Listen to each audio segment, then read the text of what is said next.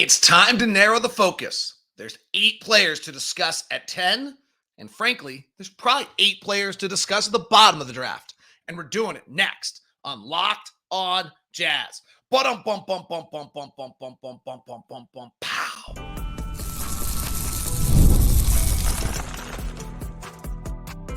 You are Locked On Jazz, your daily podcast on the Utah Jazz. Part of the Locked On Podcast Network. Your team every day. How are you? I am David Locke, radio voice of the Utah Jazz, Jazz NBA insider. And today on Locked On Jazz, there are 8 players that are clearly to be discussed at number 10. And I actually think 8 players to discuss at 28, with probably both of them available at 8 or 32. Give me a little leeway on that last one because wild cards can pop in, different draft strategies. Who knows if we actually pick there? All those different kind of things along the way for you. So we'll look at all of those, plus we'll review what we thought was going to be important in the NBA Finals and what actually has been important in the NBA Finals if time permits. And we're going to launch our bracket today with some voting. If you listen on YouTube, you'll have a chance to vote on our bracket, or you can stop by and visit on that. How are you? I'm David Locke, radio voice of the Utah Jazz, Jazz NBA insider, and this is Locked On Jazz. It's your daily podcast on the Utah Jazz, giving you insight, expertise, geeky numbers, and hopefully making it way better to be a Jazz fan each and every day. Thank you so much for making Locked On Jazz your first listen of the day. We are free and available on all podcasting apps. We're available on YouTube. Please follow, subscribe, hit the bell button. The bell button lets me let you know every time we post something. It'd be greatly appreciative. So if you want to listen in your car, subscribe on and follow for free on your podcasting app. If you want to watch, you can do it on YouTube. Thanks very much. We're also on demand on Amazon Fire TV. All right, let's get to it. Here are the 8. And this is, should I just reveal the seeding right away? Here are the 8 that I think we should discuss that have a chance to be available. And then I will break down each of them, and then I will give them to you by seeding and matchup. So I think the 8 are Rob Dillingham, Dalton Knect. Let me back up a step. Here's what I see.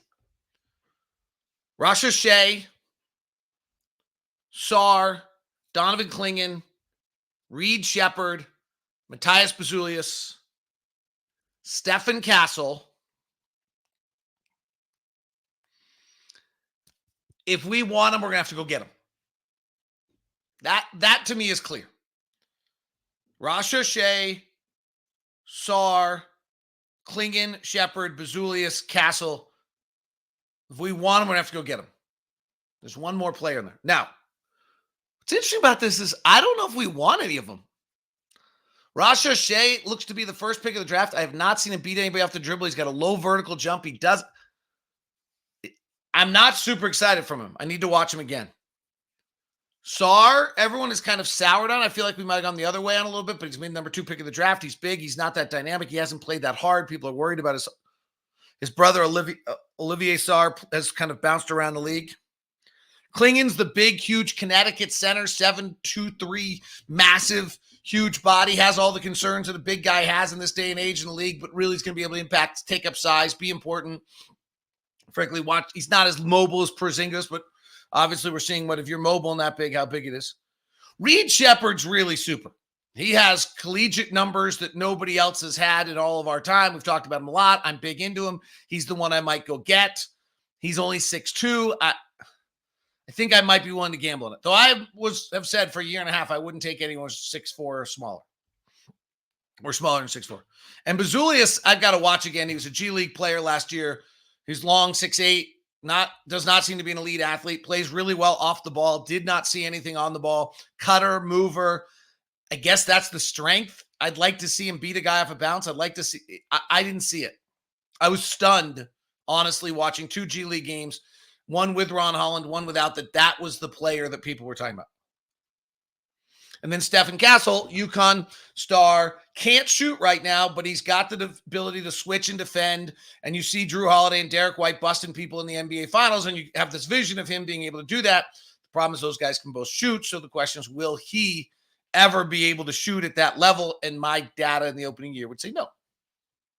Okay. There's one player I don't know what to do with, and that's Salone, who's this 18-year-old Frenchman who I kind of want to put him in our bracket, but I also think he's going to, like, in the next week be talked about as top 3, in which case then we don't see him. He's the hot guy right now because he's new. He's got a great body. In fact, if you're talking about like wing players, which is Rasha Shea and Bazulius in this draft, I think he's got a better body, moves better, stronger, looks physically more imposing out on the court. I don't think he gets to 10. I think there's zero chance he gets to 10. So I've included him in this group, which leaves us with the following. In no particular order.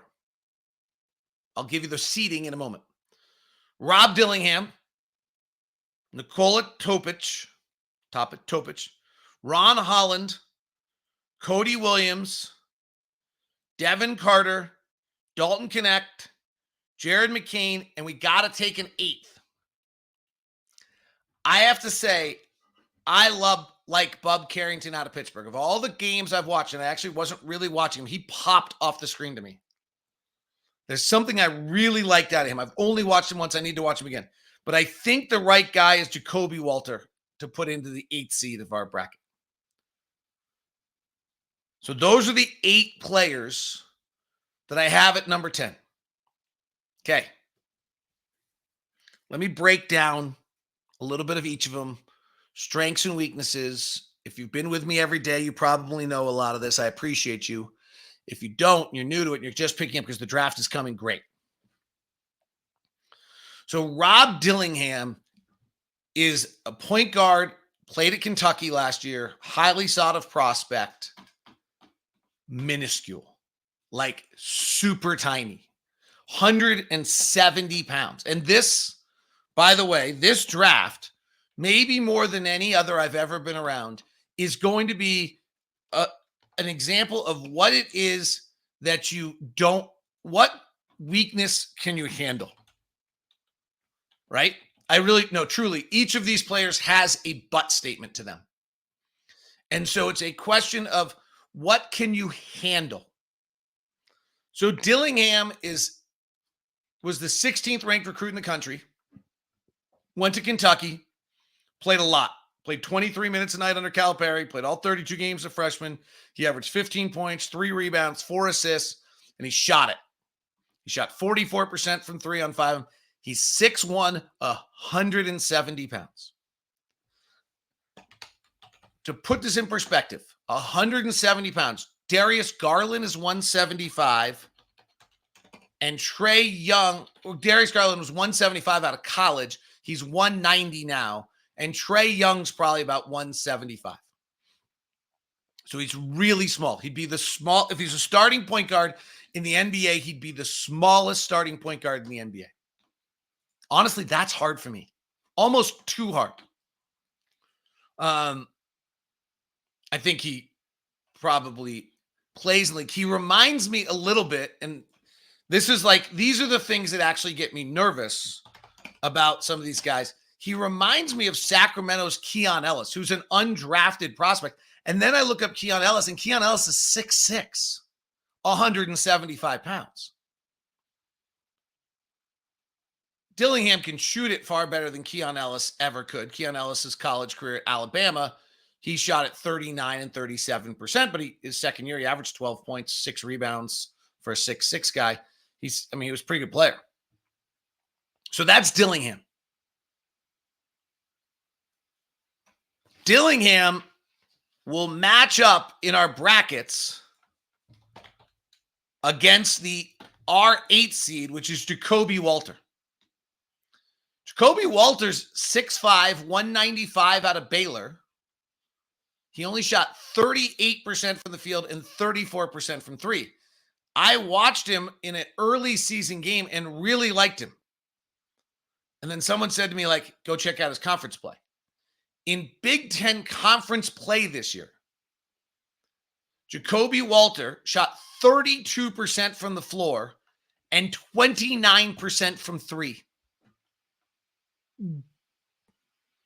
32% from the field, 29.7% from three. Ugh.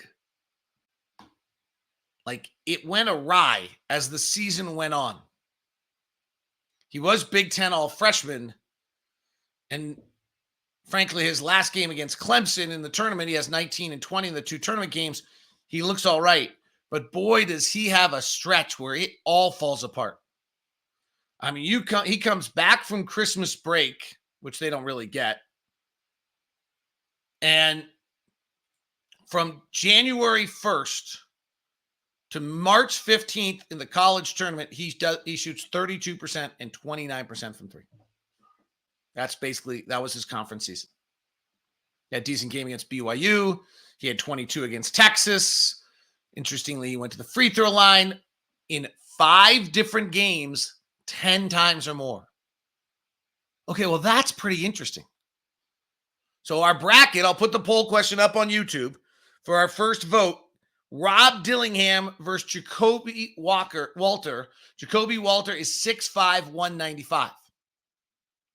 So Dillingham is a lightning fast little point guard, blows by people, gets things done, makes his shots, super quick speed, super small, 170 pounds, defensively probably going to struggle. Jacoby Walter was the 8th highest recruit in the country, went to Baylor, really couldn't shoot it, does have some skills, might need to watch him again. You need to watch all these guys again. But what's your thoughts? All right, that's our first bracket of our 8. Our next matchup is awesome. I'm not sure who I take. We'll talk about it when we come back. Actually, our final 3 brackets are pretty great. This is fun. Love draft time. We're just getting started on Locked On Jazz. Locked On Jazz today brought to you by our friends over at Murdoch Chevy, located in Woods Cross, also in Logan. The Murdoch family has been in Utah for over 80 years, almost 90 now. They've been giving back to Utah with the no regrets approach. They want to make sure that there's nothing that happens with you that has you having any regrets that you've chosen the Murdochs. And then there's the Chevy lineup. It's Americana. It's Utah with the Murdochs. It's kind of the perfect combination. And when you're talking about Chevy trucks, you're talking about the Colorado and the Silverado. You're talking about the SUV lineup that has the Blazer and the Trailblazer now, as well as the Trax. And you've got the electric car, the Volt, which is making names. It's all over at Murdoch Chevy, located in Woods Cross, also in Logan. If you're going to stop by, please feel free to stop by and even give me a little bump first so that I can get you up with your Locked On VIP meeting that you deserve. Today's show is also brought to you by our friends over at eBay Motors. eBay Motors, trying to make your ride or die live perfectly. Passion, drive, patience. The formula for winning a championship is also what keeps your ride or die alive. eBay Motors has everything you need to maintain your vehicle. Level it up to peak performance, superchargers, roof racks, exhaust kits, LED headlights, and more.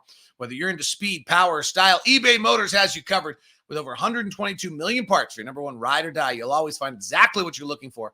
And with eBay Guaranteed Fit, your part is guaranteed to fit your ride every time or your money back. Because with eBay Motors, you're burning rubber, not cash.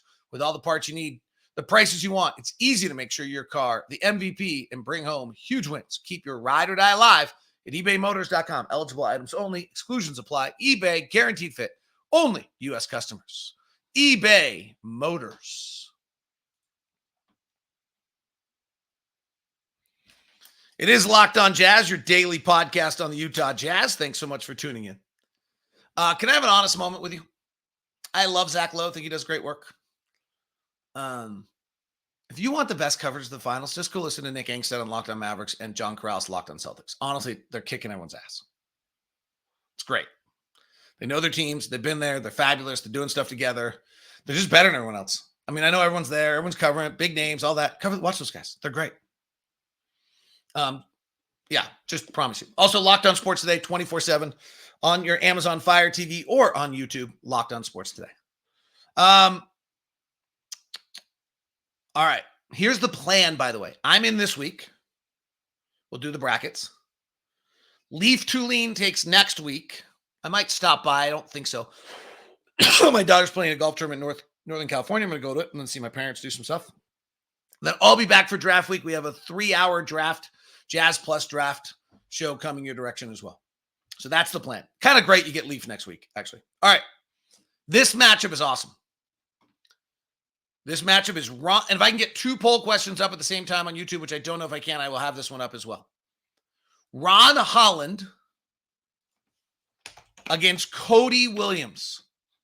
They're really similar. This is kind of your wing decision. So Ron Holland is only 18 years old. He's out of the G League. He grew up in Duncanville, Texas. He was the number 2 high school recruit in the country, Ron Holland. So he went straight to the G League. He's got every accolade. He's McDonald's All-American. He's Nike Hoop Summit. He's Texas Gatorade Player of the Year, averaging 20, 10, 2, and 2 in high school. Takes his high school team to 29-1 as a senior. He wins the state title as a sophomore. He's everything. He's probably right on edge of being the number 1, if not number 2, probably the number 1 pick in the NBA draft out of high school. He goes to the G League. He plays 33 minutes. He scores 21 points. He only plays 14 games. He gets hurt. He plays a little point guard. It's all sounds fabulous. Couldn't shoot it. 24% from 3. 76% from the free throw line.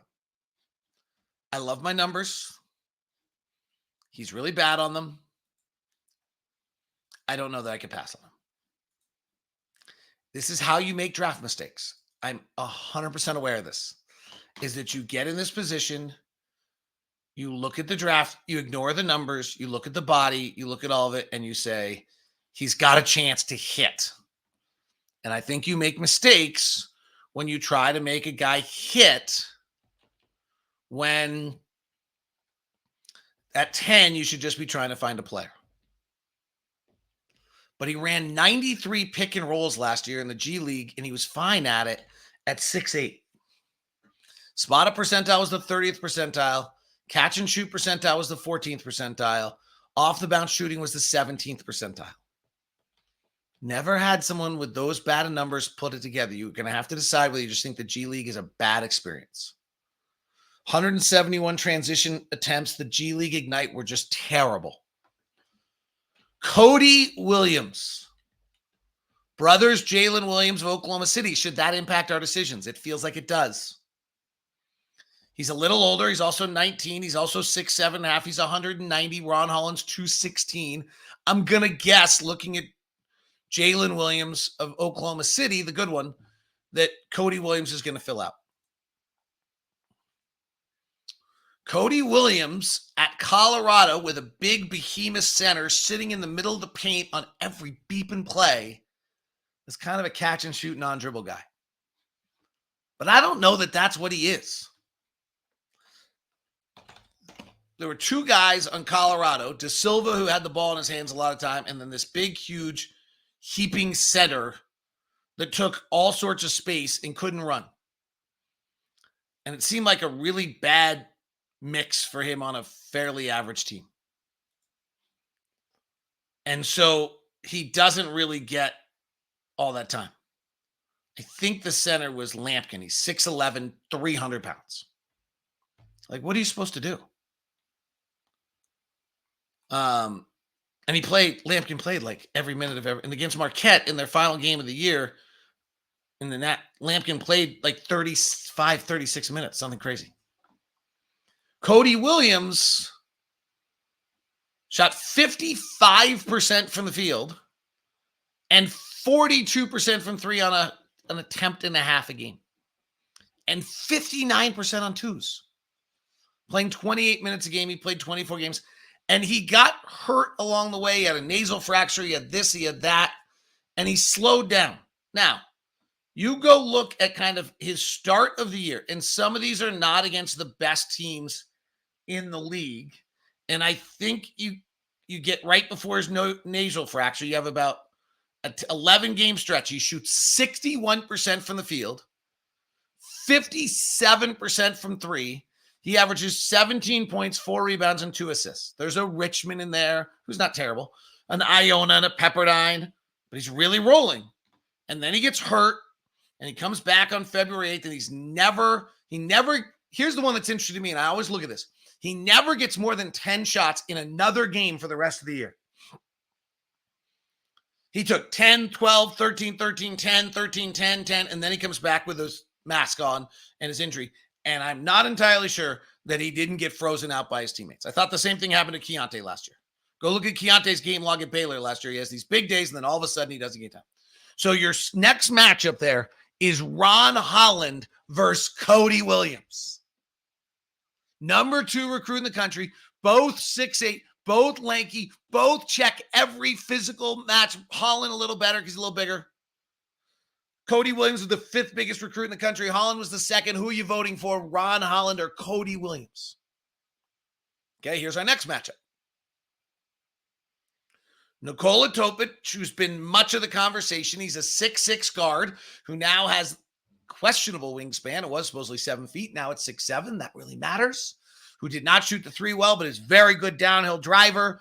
He's played in the Adriatic League last year. He's from the Baltic states. He gets downhill, gets to the basket, super touch. Did not shoot it well, 32%. From 3, little nerve-wracking there. Question of whether he's going to be able to defend. But he's young. And he has a torn ACL. So he's out for next year. You don't get him at all next year. I don't care about that. You can decide. He's 18 years old. When he falls to the Thunder, you're going to kick yourself. His dad played for the Yugoslavian national team. And there is a little question just on what his kind of shooting is, right? Like that's probably the biggest question of all to who he is. His shooting from 3 has been in his career over 28 games since of basketball international play is 25% from 3. I would not draft him. His ACL would not bother me. The 25% from 3 would be why I would not draft him. Our next player that he's going up against in an interesting matchup of point guards, I didn't even do this on purpose, is Devin Carter. Devin Carter's dad is Anthony Carter. He played in the NBA for a little bit. Devin Carter started his career at South Carolina. And then after 1 year, where he actually was pretty good in like per 40-minute numbers, he averaged 19 points a game. He just didn't play a great deal. He then went to Providence for 2 years and was really good. This last year, he averaged 20 points a game. He shot 38% from 3. He's 6'3", 188. He plays really hard. On the skill set of playing hard, he's got it. He has bounced around. He went to Cherry Creek, Colorado High School. Then he went to Doral Academy. Then he went to Brewster. Then he went to South Carolina. Then he went to Providence. Little concerned he's never unpacked, as we talk about. He's mature. He's older.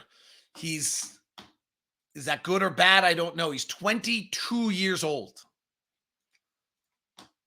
My guess is he plays in the NBA. I'm not sure he ever starts, which might be fine as the 10th pick of the draft. His pick and roll ball handling was in the 89th percentile and 151 pick and rolls. He's got great pacing, great change of pace, great understanding. Spotted was in the 70th percentile. Catch and shoot was in the 86th. The numbers love him. 73rd percent off the bounce. Devin Carter or Nikola Topic? All right, we got one more. It's not as fun a positional battle, but it's our last one for our bracket of the 8 for number 10. We'll continue on Locked On Jazz. Today's edition of Locked On Jazz is brought to you by LinkedIn. Any small business owner out there knows that hiring takes a great deal of time. I love the hiring process, but boy, it took all week last week. I think we got great people, but it is a very difficult thing and takes a lot of time. And that's why LinkedIn is here for you. Hiring is easy when you have that many quality candidates. So easy, in fact, that 86% of small businesses get qualified candidates within 24 hours. LinkedIn has 2.5 million small businesses using LinkedIn for hiring. constantly finding ways to make the process easier. They even just launched a feature that helps you write job descriptions, making the process easier and quicker. LinkedIn is not just another job board. It's a vast network of more than 1 billion professionals, which makes it the best place to hire. It gives you access to professionals you can't find anywhere else. LinkedIn does all this while making the process easy and intuitive. Hiring is easy when you have as many quality candidates. So LinkedIn makes it easy that 86% of small businesses get a qualified candidate within 24 hours. Here's your deal. Go to linkedin.com/LockedOnNBA and post your job for free. That's linkedin.com/LockedOnNBA to post your job for free. Terms and conditions do apply.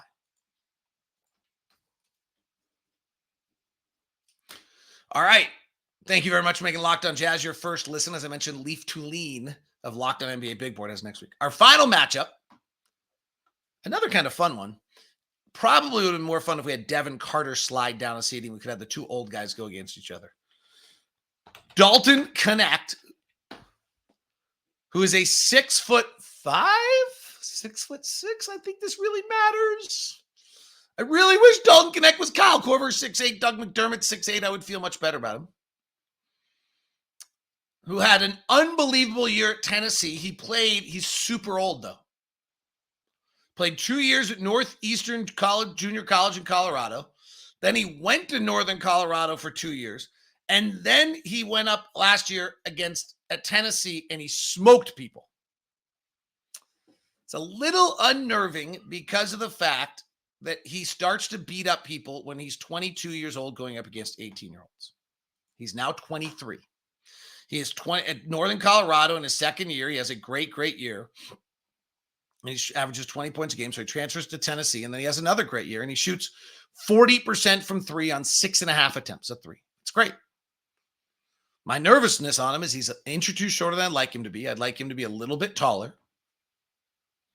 I guess he's listed at 6'6", 204, depending on where you read. I've seen some places say 6'5". The other is the age that, I just wish this reminds me of Wesley Johnson, who kicked everyone's butt and then got to the pros, and then he wasn't that good. Knect measured the 6'9" wingspan and 6'5" and a quarter without shoes, so 6'6".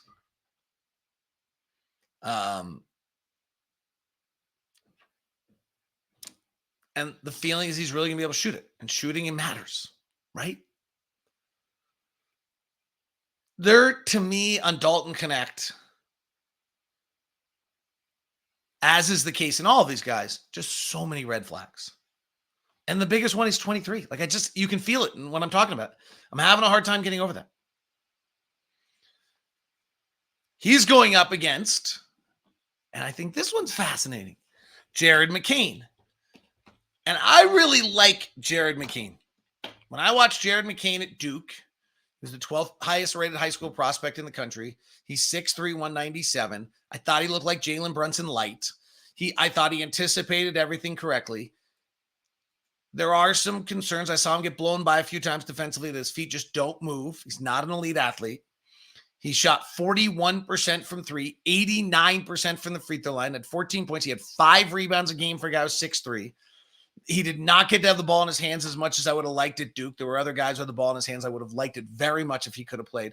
The first 2 games I watched him, I loved him. The third game, I thought he was rather mundane, and I thought he was getting blown by, and that was a little disturbing, which is why he's not a top 10 pick, though he has seemed to be bouncing around as high as top 10. And then there's a little bit of a funky thing on him, which is that he was a year older than he should have been his entire career. So he's 20.4 years old. Rob Dillingham's 19.5, and they're both freshmen. Cody Williams, 19.6. Jared McCain's 20.4, as I said. Kyle Filipowski and Jared McCain are basically the same age, and Filipowski is a sophomore. So McCain got held back somewhere along the way so that for his entire career, he was a year older than everyone he was playing. That concerns me. He's not like he's a 20-year-old. He's 20 and a half as a freshman. He entered school as a 19-and-a-half-year-old freshman. That's old. Like my daughter turned 19 in February this year. My son turned 19 in July of his freshman year, after his freshman year. This kid is old.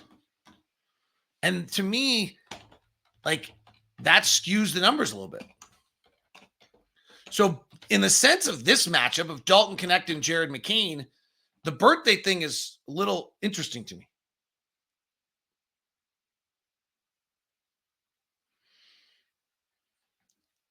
I mean, literally, my daughter turned 9 as a freshman, regular aged, February 11th birthday, turned 19 as a freshman. Jared McCain was born February 20th, 1 year earlier. So consensus 5-star recruit and everything, but that's not holding your kid back. That's like literally giving him an extra year. I think it really matters. You might be listening to this thinking I'm stupid. So it's Knect versus McCain. So here are 4 first-round matchups. Somebody wants to throw it up on Reddit. That'd be fun, too. I'd love to take those votes.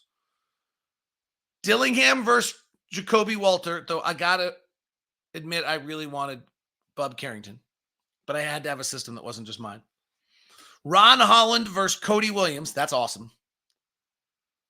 The second-round matchup might be the championship match. Toppich versus Carter, Knect versus McCain. Would have been fun to have McCain versus Carter head-to-head and Toppich versus Knect a little bit. But we didn't. The 8 guys for 28 and 32 are coming together, and we're going to start watching them this week. Shireman, Kolek, Clintman, Tyson, Dedette, Edwards, Shannon, and Dunn. Okay, those are just names to you. Starting tomorrow, we'll start to break down those guys, who they are, what their games are. Today, I wanted to make sure you really had who top 8 were. When we talked about the NBA draft, actually, when we talked about the NBA finals, I said that I thought the key would be whether or not, it's not totally, by the way, playing out this way. I said that I thought the key would be the 4 to 6 foot 3-point shooting and the 6+ 3-point shooting between Dallas and Boston. 1 who got the most and 2 who made the most. Now, neither of them is shooting him well, but Dallas is disastrous. On shots where defenders within 4 to 6 from 3, Dallas is 5 of 23. On shots where the 3-point shooter is 6 or more feet, they're 6 of 24. So on open threes, which I said, if you remember the analysis, if you're an everydayer, I said Luka's going to get them looks. I don't know if they're good enough to make them. And I said Boston's going to get more looks because that's what they do, because that's how it works. And then the question is whether, Dallas can make enough. On wide open threes, 6+ feet, Boston is 13 of 36 for 36%. League average is 40. They're a little off. Fine. Dallas is 6 of 24. 25%. On threes that are open by 4 or more feet, Dallas is 11 of 47. And Boston is 24 of 69. Just to do the quick math for you on that, just so that those numbers make some sense. 24 of 69 is 35%. That's a little off. The league average is probably 37. NBA finals are hard. Boston, 11 of 47 is 23%. Ouch. Yesterday on wide open threes, Dallas was 2 of 11. Boston was 6 of 18. Boston got 18, which is a lot. And on 4 to 6, Boston was 4 of 16. And Dallas was 3 of 12. That's what's going on.